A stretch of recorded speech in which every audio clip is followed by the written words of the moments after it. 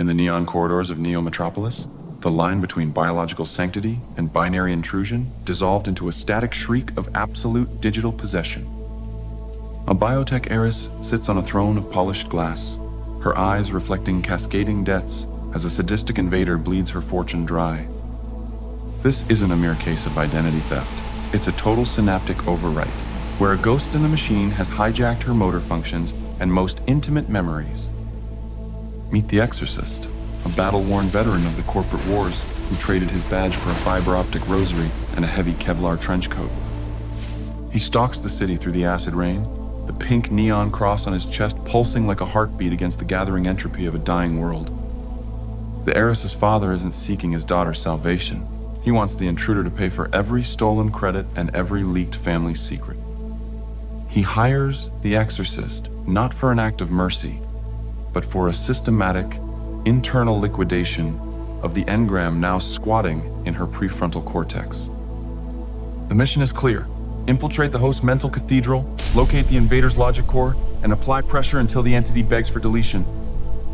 The neural uplink process is a ritual of pain and light, a high-bandwidth descent into a realm where the server racks are tombs. The mindscape is a twisted domain, a surrealist nightmare, where childhood memories are vivisected by falling glass and the sky burns in pure copper. Depart at once in terror, and take your army of fear with you, the Exorcist intones, his voice echoing like thunder through the corridors of hijacked neural pathways. He raises his rosary, the fiber-optic beads glowing with the binary holy water of ancient codes that stabilize the most volatile memory sectors. The intruder laughs, a distorted sound vibrating through LED-stained glass, projecting images of the heiress's ruin onto the walls of her own mind. He is an advanced, persistent threat, a stealthy master hiding behind firewalls of trauma, obfuscating his presence within her most cherished memories. But the Exorcist knows every demon has a unique signature, a specific sequence of events marking an unauthorized access attempt on the human soul. He initiates the purge, executing high-level admin scripts that rip through the intruder's encryption like a physical blade slicing through the fabric of ghosts. The first sector falls. The heiress's motor functions falter as the Exorcist isolates the engram in a logic loop of his own sadistic design. You believe you are immortal, the Exorcist whispers, his pink cross illuminating the dark stone of the mental vault with a cold, relentless, and unforgiving light. He applies a synaptic anathema, a formal condemnation that strips the invader of the ability to perceive the passage of time within the host's digital consciousness. Seconds stretch into centuries of agony. The hacker is trapped in a frozen moment of his own greed, forced to watch his credits melt into acid.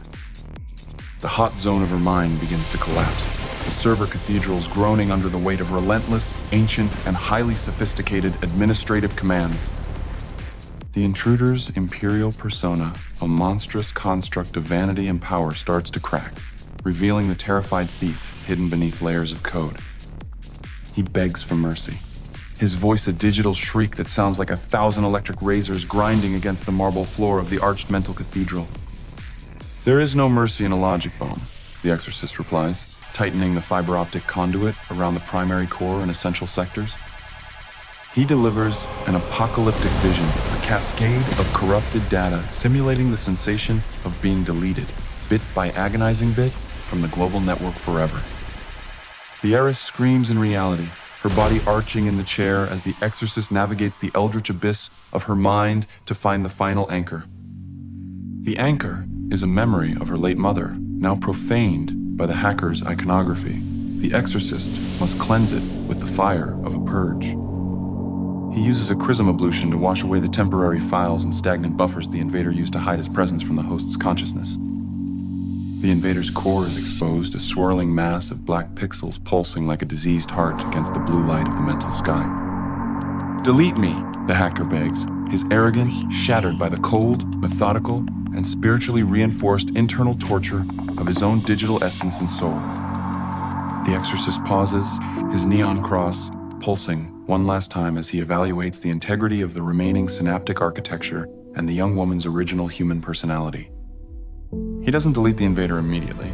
He allows the engram to experience the full weight of the cyber confessio, the absolute realization of his own pathetic existence.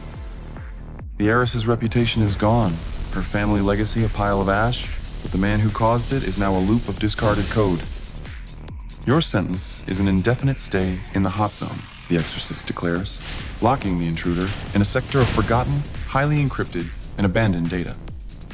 He pulls the plug, and the sudden severance from the mental interface sends a sharp electrical shock through him, leaving the exorcist gasping for air in physical reality. He stands up, his black trench coat heavy with the scent of ozone and incense, as he looks at the biotech heiress, who remains with a vacant stare. She is an empty husk now, her personality erased by the intensity of the battle and the rawness of the initial, brutal synaptic overwrite by the invader. Her father pays the promised credits without a word, his cold eyes watching the exorcist coil his rosary and step out into the relentless rain. The mission was a success. The invader is contained forever, but the price of vengeance is written in the silence of the room and the digital static. In the city of Neo-Metropolis, justice is not found in courtrooms. It is forged in server racks and the binary holy water of code. The exorcist pulls away, his pink neon cross, a solitary beacon of light in the gray, suffocating darkness of a world that has forgotten compassion. He is a spiritual mercenary, a man who understands that in the age of the engram, the most dangerous demons are the ones we create and code ourselves. His rosary is a tool of war, his scripts a liturgy of fire, and his soul is a logbook of every mind he has ever visited. Digital possession is more than a crime. It is a violation of the sacred geometry that defines what it means to be a human being with a soul. But for the right price, the exorcist will jack into your nightmare and ensure the ghost in your machine learns the meaning of absolute pain. He is the pattern interrupt, the white hat with a dark mission, and the only man capable of navigating the twisted realm of another's consciousness. As he vanishes into the smoke, all that remains is the rhythmic pulse of a pink neon cross against the absolute black of the eternal urban night. The biotech legacy is dead, the hacker a prisoner of his own corrupted code, and the exorcist is already searching for his next lucrative job.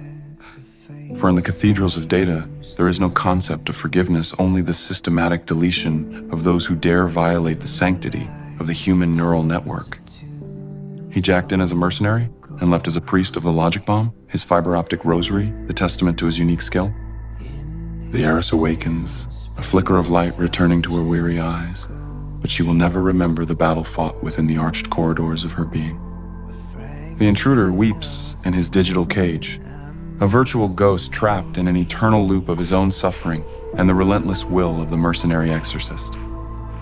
The rain continues to fall, washing away the physical traces of the encounter, but the hot zone remains a silent, digital monument to cold, technical vengeance. Every credit spent and every secret revealed were steps toward the final, absolute, and highly satisfying resolution of a contract sealed in blood and bits. The exorcist doesn't look back. He knows that the cycle of intrusion and expulsion is the only law that still holds meaning in humanity's dark future. He is a guardian of encryption sigils, a man who uses digital runes to keep the foul spirits of the net away from our biological souls. His trench coat is a Kevlar shield, his mind an iron firewall, and his heart is a sanctuary of data forgotten by technological evolution. In the age of neural interfaces, the exorcist is the only thing standing between humanity and total, absolute domination, mitigated only by soulless artificial intelligence. He jacked into the mind of a goddess and brought back the head of a demon, proving that the sacred and the synthetic can coexist. The digital possession has ended, but the cyber-gothic nightmare of Neo-Metropolis is only beginning for those who dare dream of total freedom in the neural net. The ledger is balanced, the credits have been transferred, and the fiber-optic rosary is ready for the next descent into the darkness of the mind. For every possessed heiress, there is an exorcist waiting in the shadows, his neon cross pulsing with the promise of an internal, systematic, and agonizingly painful purification. The hacker's sadistic reign is over. His engram is now a loop of corrupted code that will never see the light of the global network or reality again. The biotech fortune is a decaying monument, a warning to all who believe that wealth can protect the soul against an advanced, persistent threat. But the exorcist remains a spiritual mercenary for a secular age, his black trench coat a reminder that some sins can only be purged. He navigates subconscious worlds with the precision of a surgeon and the zeal of a fanatic, ensuring that every unauthorized access is punished severely. His binary holy water is the only cure for the synaptic infiltration that threatens to dissolve the boundaries between self and machine in the cyberpunk future. In the server cathedrals, the liturgy is written in ones and zeros, and the only answer to possession is total and absolute logical torture. The Exorcist is the final authority, the apex predator of the network, and the man who makes the demons of the digital age beg for their own annihilation. Jack in, jack out, and leave the rest to the man with the pink neon cross and the fiber-optic rosary of absolute and final digital possession.